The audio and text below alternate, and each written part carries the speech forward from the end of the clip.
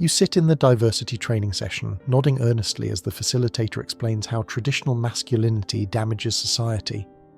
Around you, other men shift uncomfortably in their seats, but they stay silent. They've learned that questioning this narrative makes them the problem. They've been trained to accept that their natural instincts are wrong, their competitive drive is toxic, and their desire to lead is actually oppression in disguise. Meanwhile, the women in the room listen approvingly. They've successfully redefined masculinity according to their preferences, creating a generation of men who apologize for existing, while women climb the hierarchies those same men once dominated. You're witnessing the final stages of the most successful political coup in human history. Not a revolution won through violence or legislation, but through the patient redefinition of what it means to be a man. The rules of masculinity have been rewritten by the people who compete with masculinity, and men have voluntarily adopted their competitors' playbook. Today, I'm going to expose how this psychological manipulation works, why it was strategically necessary, and what happens to the men who fall for it. Because once you understand this game, you'll realize that following rules written by your competition is the fastest way to guarantee your own defeat. For the past 50 years, we've witnessed the systematic reconstruction of masculine identity by people who have never experienced masculinity themselves. Every trait that made men successful competitors — aggression, stoicism, dominance, risk-taking, emotional control — has been pathologized as dysfunctional, primitive, or harmful. This redefinition wasn't accidental, it was strategic. When you can't beat someone in direct competition, you change the rules of the game. When you can't overpower someone physically, you attack them psychologically. When you can't match someone's natural advantages, you convince them that their advantages are actually disadvantages. The genius of this strategy lies in its moral packaging. Instead of admitting that they wanted to weaken male competition, the architects of this movement framed their agenda as helping men become better versions of themselves. They convinced men that embracing feminine-defined masculinity would make them more attractive, more successful, and more fulfilled. The result is millions of men who have internalized a definition of manhood created by their competitors. They've accepted that their natural instincts are wrong, their biological drives are problematic, and their traditional roles are obsolete. They're trying to win a game using rules designed to make them lose. This psychological colonization represents the most complete victory possible over a competing group. Not only have these men been defeated, they've been convinced to participate in their own defeat while believing they're evolving. Modern gender dynamics operate under the illusion of cooperation, while actually representing the most intense competition in human history. Women haven't stepped back from competing with men. They've entered every arena where men traditionally dominated and demanded equal or superior treatment in those arenas. This creates a zero-sum dynamic where women's gains necessarily come at men's expense. Every leadership position filled by a woman is a position unavailable to a man. Every scholarship, promotion, or opportunity designated for women is an opportunity closed to men. Every policy designed to advantage women necessarily disadvantages men. But this competition has been disguised as cooperation through language that positions female advancement as beneficial for everyone. Men are told that female leadership will create more balanced organizations. Male-dominated fields are described as needing diversity, rather than being invaded by competitors. Policies that explicitly favor women are called equality initiatives, rather than competitive advantages. The men who point out this competitive reality are labeled as threatened, insecure, or resistant to progress. The women pursuing this strategy are celebrated as brave pioneers fighting against oppression. The narrative framework makes it impossible to acknowledge what's actually happening without being characterized as the villain. This competitive disguise has been so successful that most men don't even realize they're in a competition. They think they're supporting progress while actually funding their own displacement. The redefinition of masculinity couldn't have succeeded without the active participation of lower status men who believed they could gain advantage by aligning with female interests against higher status men. These men became willing participants in dismantling the systems that had elevated their more successful competitors. This alliance worked because it promised these men what they couldn't achieve through traditional masculine competition: female approval, moral superiority, and a chance to undermine the men who had outcompeted them. Instead of improving themselves to compete more effectively, they chose to change the rules to make traditional masculine success impossible. The lower status men who joined this alliance believed they were positioning themselves advantageously for a new social order where feminine-approved behaviours would be rewarded. They thought that by rejecting toxic masculinity and embracing healthy masculinity, they would become more attractive to women and more successful in feminized institutions. This calculation was fundamentally flawed because it assumed that female-defined masculinity was designed to benefit men rather than to control them. These men failed to understand that they were useful to this movement only as long as they helped dismantle traditional masculine hierarchies. Once that task was complete, they would become expendable. The alliance between women and lower status men succeeded in marginalizing traditionally masculine men, but it was always a temporary partnership designed to serve female interests rather than male interests. The reconstruction of masculinity relied on three primary emotional manipulation strategies that bypassed rational analysis and targeted male psychological vulnerabilities directly. Understanding these strategies reveals how effectively men's own protective instincts were weaponized against them. The first strategy exploited male protective instincts through presentations of female vulnerability and victimization. Men were shown endless examples of how traditional masculinity supposedly harmed women, creating guilt and responsibility for problems they didn't create. This activated male desires to protect and provide, making men willing to sacrifice their own interests to prevent female suffering. The second strategy used female approval as a reward system for male compliance with new masculinity standards. Men who embraced feminist-approved behaviours received praise, validation, and the promise of female attraction. This created powerful incentives for men to abandon traditional masculine traits in favour of behaviours that women claimed to prefer. The third strategy employed shame and social ostracism to punish men who resisted the new definitions. Men who questioned female-defined masculinity were labelled as insecure, threatened, sexist, or psychologically damaged.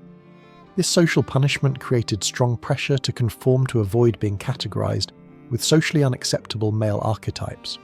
These manipulation strategies were particularly effective because they appeared to offer men positive alternatives to traditional masculinity, while actually undermining the traits that had made men successful competitors throughout human history. One of the most revealing aspects of the masculine redefinition project is the disconnect between what women say they want from men and what they actually respond to in their personal relationships. Women have successfully convinced men to adopt behaviours that women claim to prefer, while continuing to be attracted to men who ignore these guidelines entirely. The men who have most completely internalized feminist-approved masculinity often find themselves romantically unsuccessful with the very women who promoted these standards. Meanwhile, men who maintain traditional masculine traits continue to be sexually successful, despite violating every principle of evolved masculinity. This paradox exists because the redefinition of masculinity was never designed to make men more attractive to women. It was designed to make men less competitive in social and professional hierarchies. Female sexual attraction still responds to traditional markers of male success, dominance, and genetic fitness, regardless of what women consciously claim to value. The disconnect between stated preferences and revealed preferences demonstrates that the masculine redefinition project serves female competitive interests rather than female romantic interests. Women benefit from having fewer traditionally masculine men competing for resources and status, but they're still attracted to the men who maintain those traits despite social pressure. This creates a cruel trap for men who believe that following female-designed masculinity would improve their romantic success. They've been convinced to abandon the very traits that generate female attraction, while being promised that abandoning those traits would make them more attractive. The redefinition of masculinity gained power through systematic capture of institutions responsible for socializing young men. Educational systems, mental health frameworks, corporate policies, and media representations all began promoting identical messages about problematic traditional masculinity and beneficial alternative masculinity. This institutional coordination ensured that men encountered consistent messaging across every domain of their lives. Schools taught boys that competitive behaviour was antisocial. Therapists diagnosed traditional masculine traits as psychological disorders. Corporations implemented policies that penalised masculine leadership styles. Media consistently portrayed traditionally masculine men as villains while celebrating feminised male characters. The institutional capture was particularly effective because it began with young boys who lacked the experience or cognitive development to critically evaluate the messages they received. Entire generations of men were raised believing that their natural masculine instincts were signs of moral or psychological deficiency. These institutions were captured not through conspiracy, but through the gradual placement of people who shared similar ideological commitments in positions of influence. Over time, these institutions became self-reinforcing systems that promoted anti-masculine messaging while punishing dissent. The result is a society where traditional masculinity has been systematically delegitimized through official channels, while alternative masculinity has been positioned as the educated, evolved, and morally superior choice. The most dangerous consequence of masculine redefinition is the systematic removal of competent men from positions of responsibility in favor of people chosen for ideological compliance rather than capability. This creates organizations and institutions that prioritize symbolic representation over functional performance. When competence is subordinated to compliance with ideological standards, the quality of institutional performance inevitably declines. Organizations led by people chosen for their willingness to embrace approved narratives, rather than their ability to achieve results, become less effective at accomplishing their stated missions. This competence crisis extends beyond individual organizations to affect entire sectors of society. When meritocratic selection is replaced by ideological selection, the overall quality of leadership and decision-making deteriorates across all affected institutions. The men who are removed from these positions aren't necessarily replaced by more competent women. They're replaced by people who excel at navigating ideological requirements rather than practical challenges. This creates leadership classes that are skilled at maintaining narrative compliance, but weak at solving complex problems. The long-term consequences of this competence crisis will become apparent as institutions face challenges that require actual capability, rather than symbolic representation to address effectively. If you're beginning to understand how the redefinition of masculinity has systematically weakened male competition while disguising this weakening as moral progress, make sure to subscribe and hit that notification bell. What I'm revealing today challenges fundamental assumptions about gender progress that most people never question, and there's much more to explore about the real motivations behind social movements that claim to help the groups they're actually undermining. The redefinition project required convincing men that their traditional advantages were illegitimate rather than earned. This necessitated creating a narrative where male success was reframed as male privilege, male competence was reframed as male dominance, and male achievement was reframed as male oppression. This guilt manufacturing process was essential because men needed to be convinced to voluntarily surrender advantages they had legitimately earned through superior performance. Direct confrontation would have failed because men could have simply refused to cooperate. Psychological manipulation was necessary to make men complicit in their own displacement. The guilt narrative suggested that every male advantage existed at the expense of female opportunity, that every male success diminished female potential, and that every male achievement reinforced systemic female oppression. This created moral pressure for men to step aside to correct historical injustices they personally had never committed. Men who questioned this guilt narrative were told that their resistance proved their privilege, that their defensiveness confirmed their complicity, and that their objections demonstrated their investment in oppressive systems. This circular logic made it impossible to challenge the guilt narrative without appearing to validate it. The manufacturing of male guilt was particularly effective because it exploited male honor codes that emphasized responsibility, fairness, and protection of the vulnerable. These positive masculine traits were manipulated to create compliance with an agenda that ultimately undermined masculinity itself. The success of masculine redefinition depended heavily on recruiting men to serve as advocates for their own displacement. These male allies provided credibility to anti-masculine messaging while demonstrating that enlightened men supported the movement. These men genuinely believed they were supporting justice, equality, and progress. They didn't understand that they were serving as useful tools in a competitive strategy designed to weaken male competition for resources and status. Their sincere conviction made them more effective advocates than women could have been for the same agenda. The male allies who promoted feminist-defined masculinity were rewarded with female approval, social status within progressive circles, and the psychological satisfaction of moral superiority over other men. These rewards made their participation feel personally beneficial even while serving female competitive interests. many of these men discovered too late that their alliance with anti-masculine movements provided only temporary benefits. Once they had served their purpose of legitimizing attacks on masculinity, they found themselves subject to the same critiques and dismissals as other men. The men who most enthusiastically promoted their own displacement often ended up as casualties of the movements they supported. Their gender made them inherently suspect in ideological frameworks that viewed masculinity as fundamentally problematic. Central to the masculine redefinition project was the denial of fundamental biological differences between men and women that had created traditional gender roles. This denial was necessary because acknowledging biological differences would have legitimized traditional masculine advantages. The movement promoted the idea that all gender differences were socially constructed, that biological sex was irrelevant to capability, and that any observed differences between men and women resulted from socialization rather than genetics. This framework made traditional masculine traits appear arbitrary rather than functional.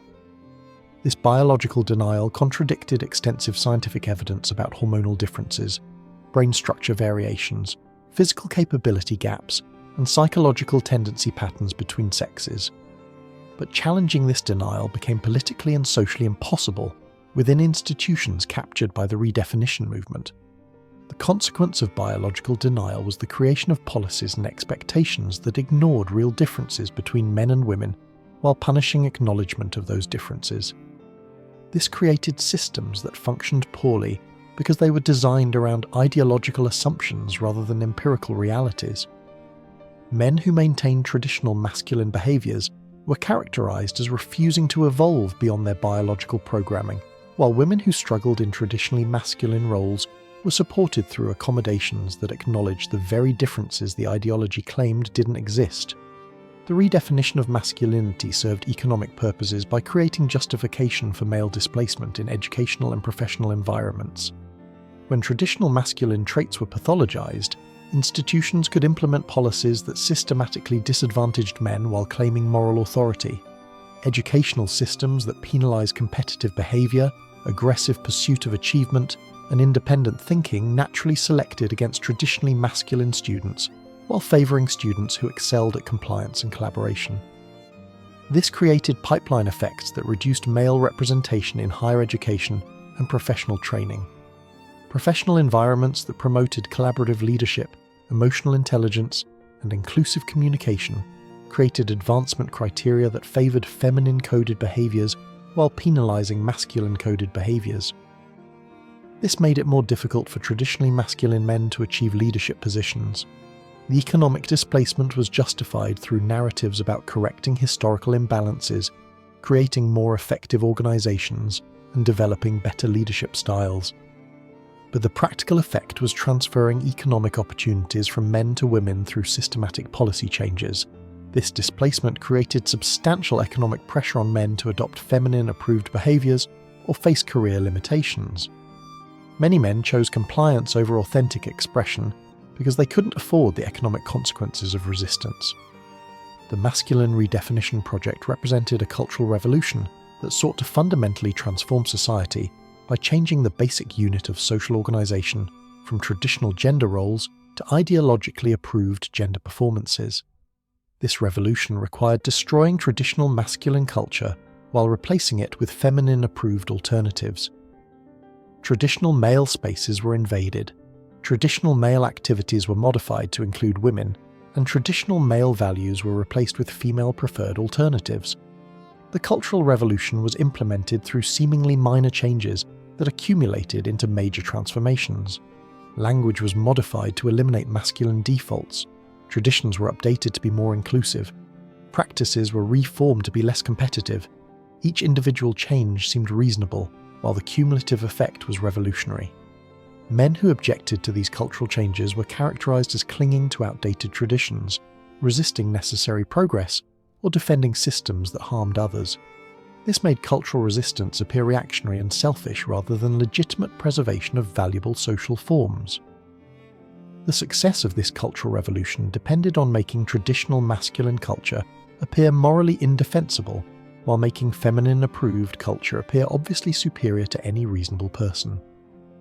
Perhaps the most profound effect of the masculine redefinition project was the psychological emasculation of men who internalized feminist-approved masculinity. These men learned to question their own instincts, suppress their natural reactions, and seek approval for authentically masculine impulses. This psychological emasculation created men who were uncertain about their own value, confused about their social role, and dependent on external validation for their sense of identity. They became psychologically fragile because they had been disconnected from their natural sources of masculine confidence and purpose. The emasculated men produced by this process often struggled with depression, anxiety, and relationship difficulties because they had been trained to suppress the very traits that would have made them successful in these areas. They were trying to function as men while following instructions designed to prevent masculine success. This psychological damage was particularly severe because it was self-imposed through sincere attempts to become better men according to feminine-defined standards.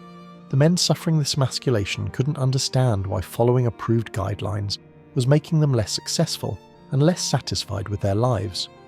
The psychological emasculation was perhaps the cruelest aspect of the entire project because it convinced men that their suffering was evidence of their moral evolution rather than the predictable consequence of abandoning their nature. The ultimate goal of masculine redefinition was never to create better men or healthier relationships. It was to reduce male competition for resources, status, and leadership positions by convincing men to voluntarily abandon competitive behaviors and mindsets. This strategy was remarkably successful in the short term. Many traditionally masculine men were removed from competition through social pressure, institutional policies, and psychological manipulation.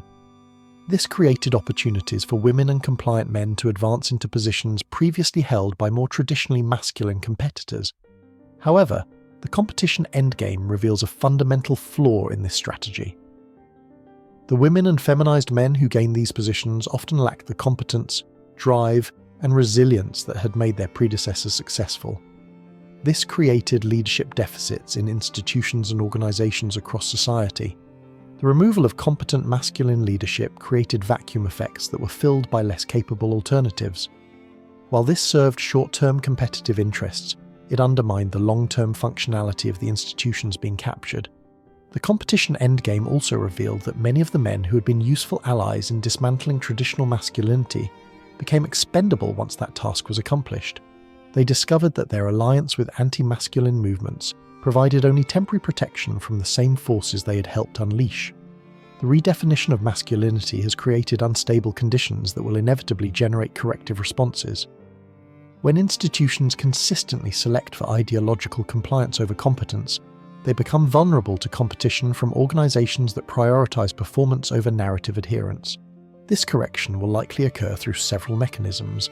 Economic competition will favor organizations that employ the most capable people, regardless of their adherence to approved masculinity standards. International competition will advantage societies that haven't weakened their most competent populations through ideological manipulation. Generational changes will likely produce young men who reject the failed promises of feminine-approved masculinity. The correction may also occur through social recognition that the masculine redefinition project has produced net negative results for society. As the competence crisis becomes more apparent and institutional performance continues declining, there may be renewed appreciation for traditional masculine traits and capabilities. However, this correction will face substantial resistance from people and institutions that have invested heavily in the current system.